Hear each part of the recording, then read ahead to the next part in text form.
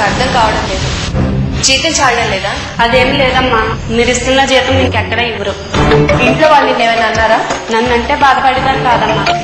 మరి ఎవరిని అన్నారు? నాన్న పర్లేదు, ఎవరేమన్నారో చెప్పు. నీరజయ్య గారు.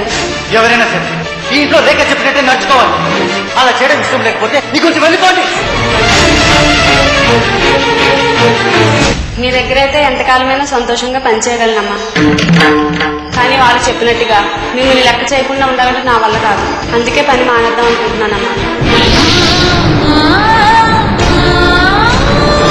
నువ్వు ఎందుకు ఇలా మాట్లాడుతున్నావో నాకు తెలుసు. నేను రేఖను ఒకలాగా నిన్ను ఒకలాగా చూడటం లేదు.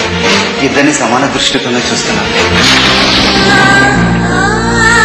మా ఇద్దరు ఎవరో ఒక్కరు మాత్రమే ఇంట్లో ఉండాలి.